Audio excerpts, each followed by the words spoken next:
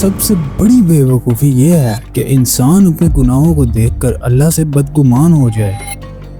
حالانکہ کہ اللہ تو کبھی اپنے بندے سے بدگمان نہیں ہوتا، لیکن ہم کیا کرتے ہیں؟ ایک دو دفعہ گر جائیں تو سمجھتے ہیں بس اب ختم، اللہ ہمیں کبھی معاف نہیں کرے گا۔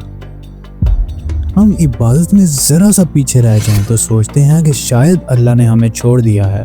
ہماری سب سے بڑی غلطی ہی یہی ہے کہ ہم اپنی کمزوریوں کو دیکھ کر اللہ کو بھول جاتے ہیں، جبکہ حقیقت یہ ہے کہ اللہ ہمیں ہماری کمزوریوں کے باوجود چاہتا ہے۔ سوال یہ ہے تم کتنی بار گرے ہو اور کتنی بار اٹھے ہو، اصل فیصلہ یہیں سے ہوتا ہے۔ ہم سب کی زندگی میں یہ کنفیوژن آتی ہے، ایک انسان گناہ کرتا ہے، پھر توبہ کرتا ہے، پھر دوبارہ وہی گناہ کر لیتا ہے، اور پھر دل میں سوچتا ہے یار اب تو اللہ مجھے کبھی معاف نہیں کرے گا۔ اسی سوچ کی وجہ سے وہ 11ویں بار توبہ ہی نہیں کرتا۔ یہی وہ لمحہ ہوتا ہے جب شیطان جیت جاتا ہے۔ ایسے ہی عبادت میں بھی ہوتا ہے، ایک بندہ باقاعدگی سے نماز پڑھ رہا ہوتا ہے، لیکن کسی حادثے یا کسی مصروفیت یا کسی غفلت کی وجہ سے 2-4 نمازیں رہ گئیں۔ اب وہ بیٹھ کر خود کو کوستا ہے، میں کیسا نمازی ہوں۔ یہ سوچ اتنی بڑھ جاتی ہے کہ وہ اگلی 10-20 نمازیں بھی چھوڑ دیتا ہے۔ یعنی اصل نقصان اس کی غلطی سے نہیں ہوا، بلکہ اس کی مایوسی سے ہوا۔ اسی طرح نیک اعمال کے ساتھ بھی ہے، کبھی صدقہ دیا، کبھی کسی کی مدد کی، کبھی قرآن پڑھا، کبھی دعا کی، پھر کسی دن یہ سب چھوڑ بیٹھے تو دل کہتا ہے اب کیا فائدہ، اب اللہ ناراض ہوگا۔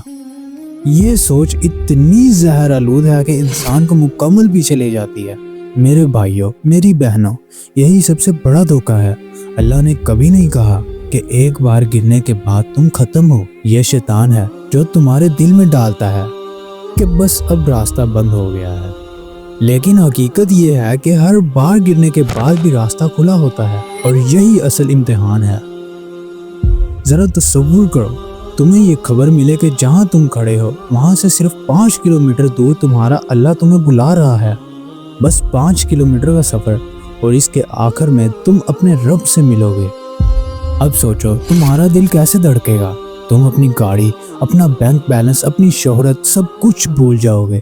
تمہاری آنکھوں کے سامنے صرف ایک چیز ہوگی، مجھے اپنے رب تک پہنچنا ہے۔ ہر قدم پر ایک ہی جذبہ ہوگا، میرا رب میرا انتظار کر رہا ہے۔ لیکن جیسے ہی تم 1 کلومیٹر طے کرتے ہو، اچانک گر جاتے ہو، زمین پر منہ کے بل، کپڑے گندے، جسم پر زخم۔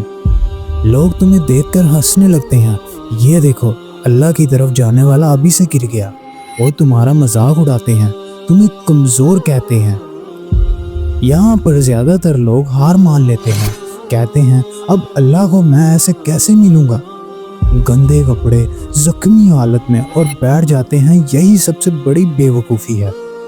لیکن اگر تم اٹھتے ہو، زخموں کو نظر انداز کرتے ہو، کپڑوں کی پرواہ نہیں کرتے، لوگوں کی باتوں کو کان نہیں دھرتے، اور دل میں کہتے ہو 1 کلومیٹر مکمل ہو گیا ہے، صرف 4 باقی ہے، تو یہی اصل عقل مندی ہے۔ اب تم پھر چلتے ہو، لیکن 3 کلومیٹر کے بعد پھر دوبارہ گر جاتے ہو۔ اس بار زیادہ چوٹیں، زیادہ درد، زیادہ ہنسی مذاق۔ لوگ اور زیادہ کہتے ہیں یہ نہیں پہنچ سکتا، یہ بار بار گر رہا ہے۔ اب تمہارے پاس 2 راستے ہیں، یا تو مایوس ہو کر وہیں بیٹھ جاؤ، یا پھر کمزوری کے باوجود اٹھ کر چلتے رہو۔ اور اگر تم اٹھتے ہو کپ کپاتے قدموں سے، زخموں کو سہلاتے ہوئے، تو آخر کار تم اپنے رب کے سامنے پہنچتے ہو۔ اور جب تم وہاں کھڑے ہوتے ہو، کپڑوں پر مٹی، جسم پر زخم، آنکھوں میں آنسو، تو تمہارا رب تمہیں دیکھ کر کہتا ہے میں تمہاری صورتوں کو نہیں دیکھتا، میں تمہارے مال کو نہیں دیکھتا، میں تمہاری نیت اور جدوجہد کو دیکھتا ہوں، اور تم نے ہر بار گرنے کے بعد مجھے نہیں چھوڑا۔ اور وہ لمحہ تمہاری زندگی کا سب سے قیمتی لمحہ ہوتا ہے۔ میرے دوست، اس 5 کلومیٹر کے سفر کی مثال دراصل ہماری زندگی ہے۔ ہم سب اللہ کی طرف جا رہے ہیں، لیکن اس راستے پر گرنا، زخم کھانا، کمزور ہونا، یہ سب لازمی ہے۔